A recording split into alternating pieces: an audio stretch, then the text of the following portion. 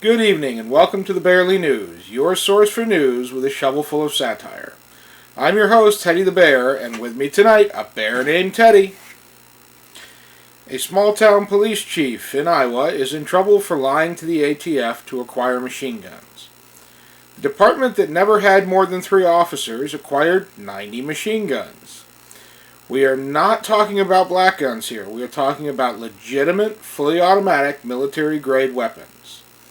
The police chief was selling the weapons on the side for personal gain in his own gun store. The story is among a pile of stories and evidence that make bears say, "Don't defund the police, demilitarize the police."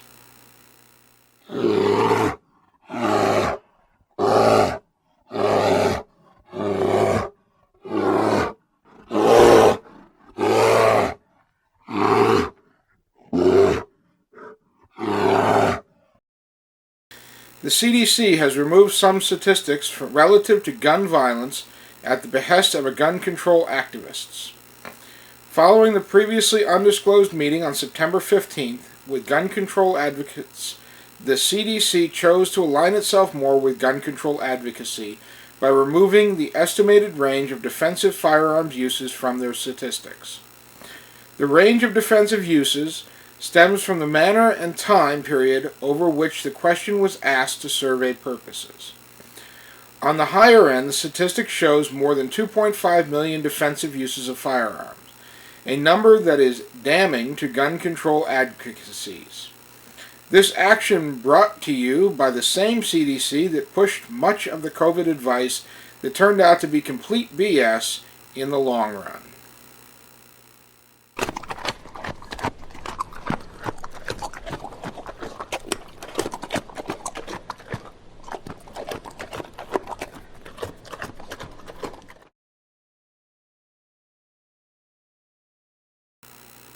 Speaking of COVID BS, a study has found that the link between exercise and the effects of COVID is stronger than initially anticipated.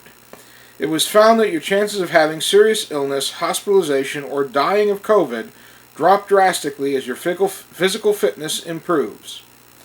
Good thing we locked down and closed gyms, right? The link has been shown true across all demographics, including race, ethnicity, sex, and age. The study showed that sedentary people were 391% more likely to die of COVID and 191% more likely to be hospitalized than always active people. Even the difference between relatively active and always active people were more than high, showing a clear advantage to exercise in reducing the problem. Exercise being something that is harder to get when you're locked down at home.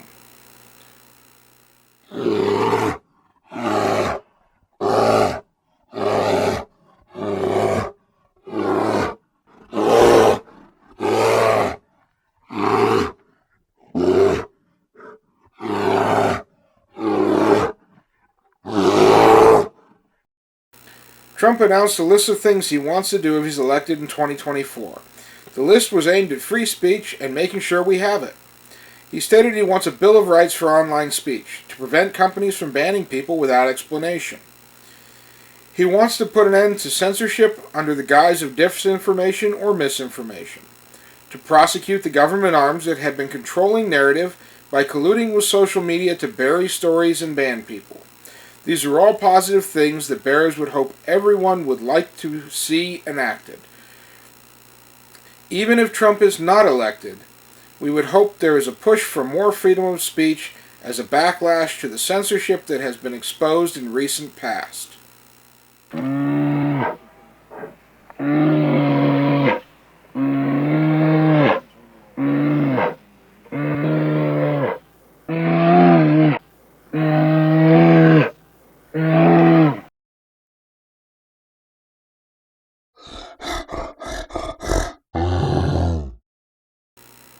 In our final pre-Christmas story, a news anchor complained that when they went to buy an American Girl doll, they had issues finding a white doll in the store they went to.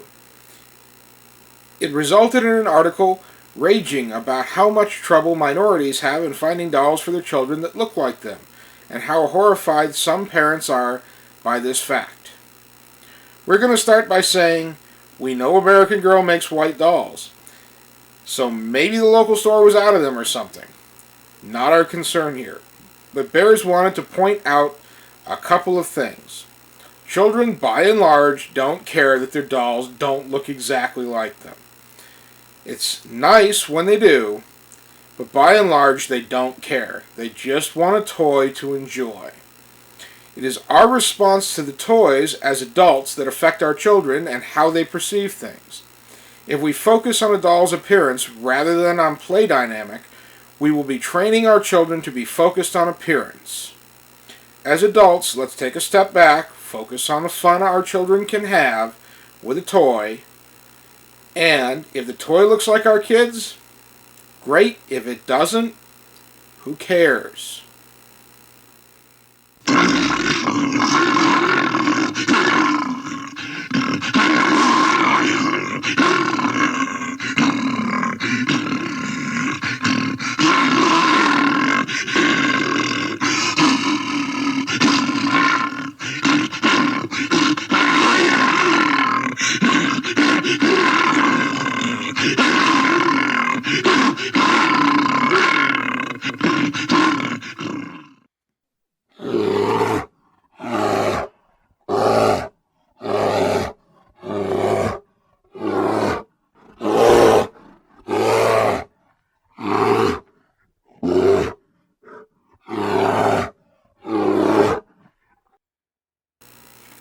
This week in Bears Asking the Big Questions, what is the best way to keep Santa's sleigh from damaging your shingles when he lands on your roof?